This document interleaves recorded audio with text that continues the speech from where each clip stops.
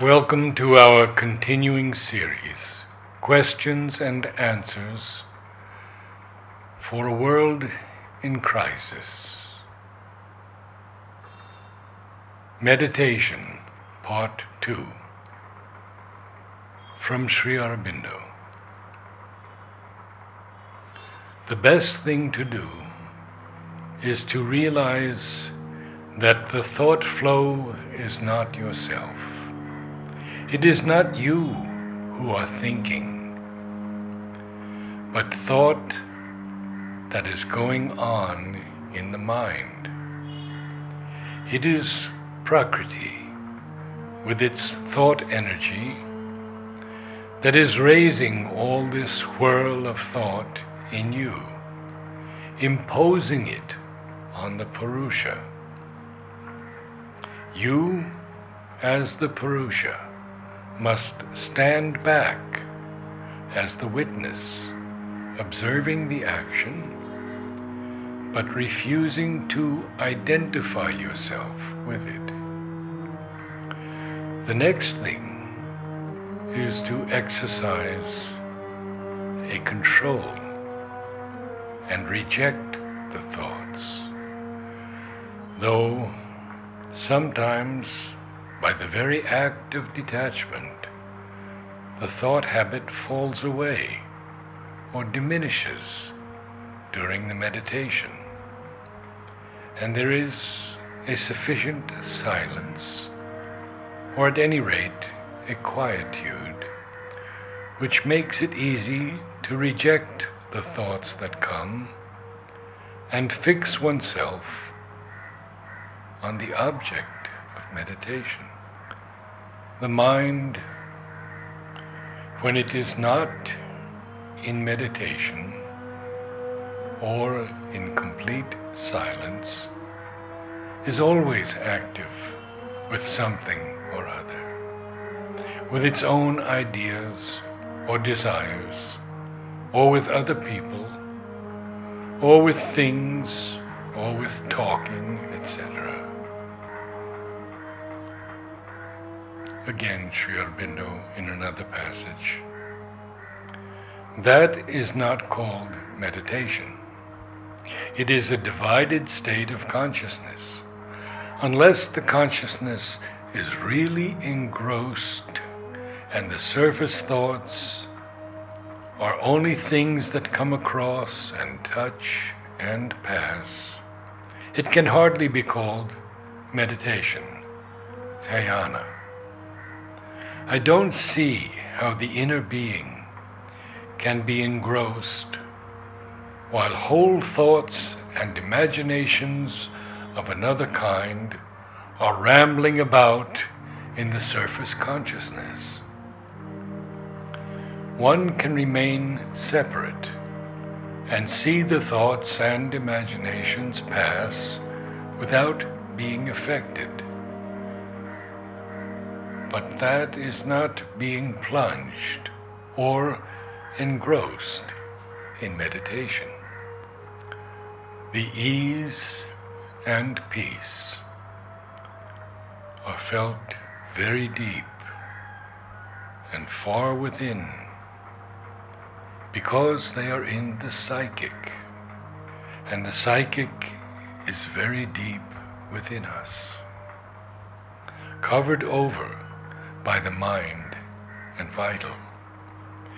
When you meditate, you open to the psychic, become aware of your psychic consciousness deep within, and feel these things. In order that these ease and peace and happiness may become strong and stable and felt in all the being and in the body, you have to go still deeper within and bring out the full force of the psychic into the physical. This can most easily be done by regular concentration and meditation, with the aspiration for this true consciousness. It can be done by work also, by dedication, by doing the work for the divine, only without the thought of self, and keeping the idea of consecration to the Mother always in the heart. But this is not easy to do perfectly. When one tries to meditate, there is a pressure to go inside, lose the waking consciousness, and wake inside in a deep inner consciousness. But at first, the mind takes it for a pressure to go to sleep, since sleep is the only kind of inner consciousness to which it has been accustomed. In yoga, by meditation, sleep is therefore often the first difficulty. But if one perseveres, then gradually the sleep changes to an inner conscious state. It, pranava japa, is supposed to have a force of its own, although that force cannot fully work without the meditation on the meaning.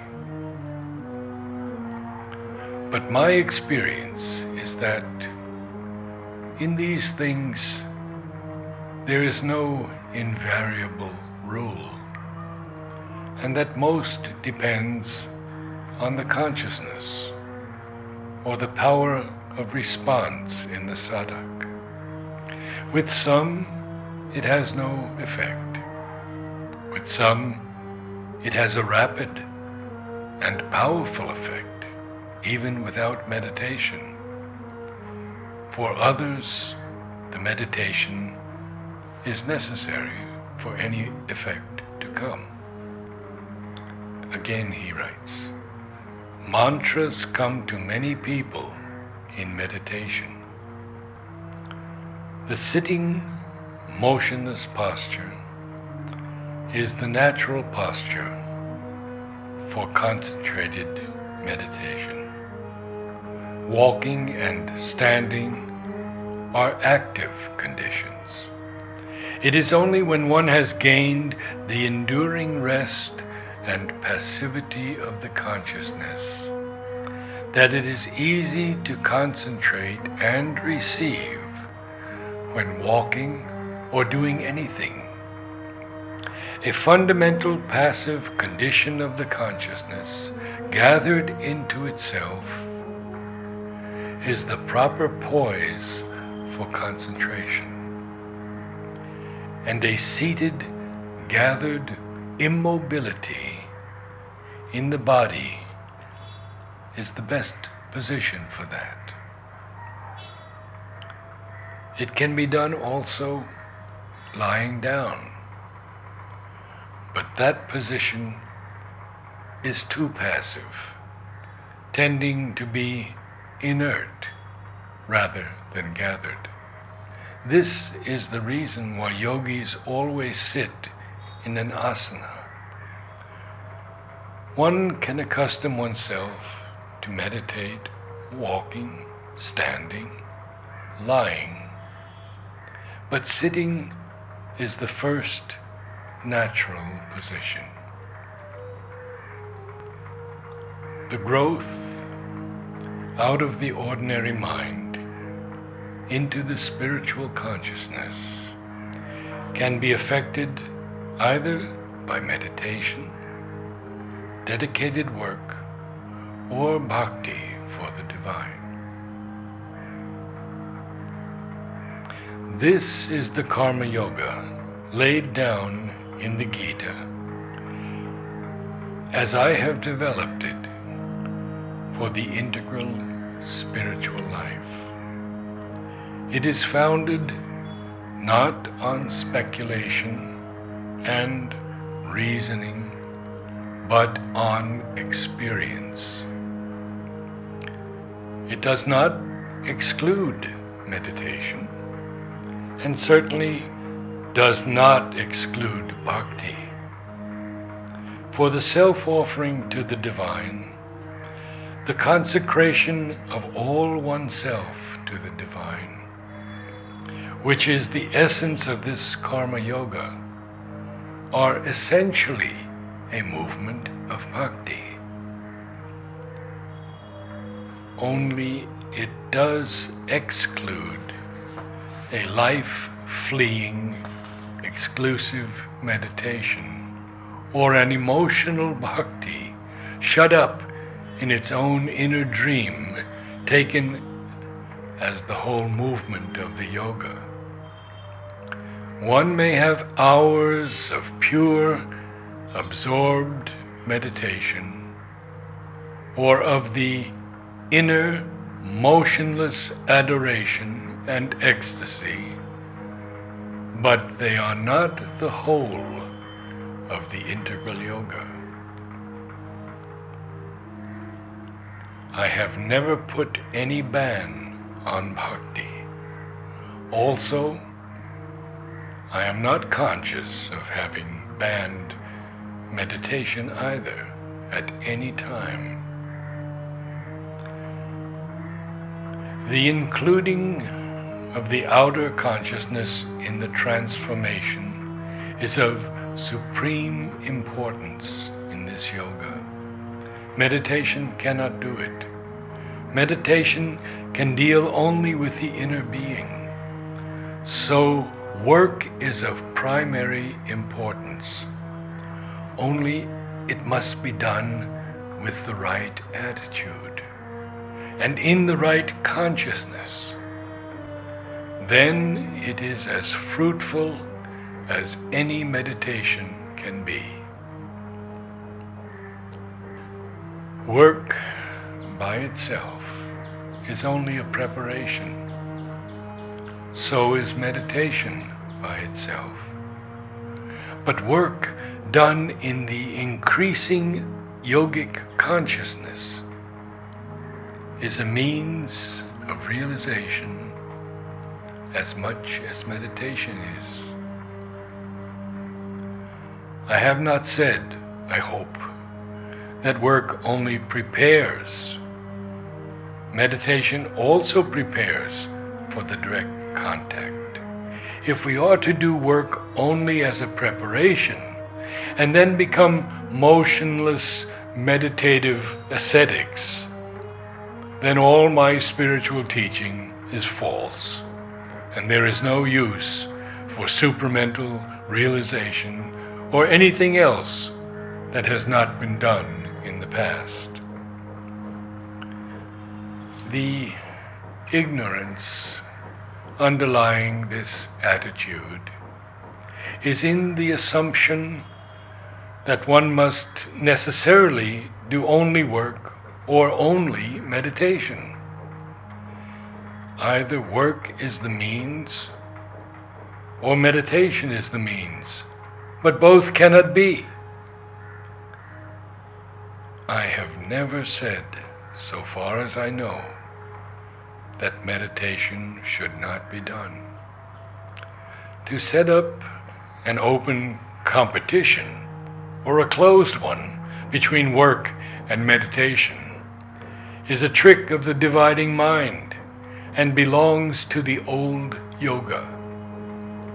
Please remember that I have been declaring all along an integral yoga in which knowledge, bhakti, works, light of consciousness, ananda, and love, will and power in works, meditation, adoration, service of the divine have all their place.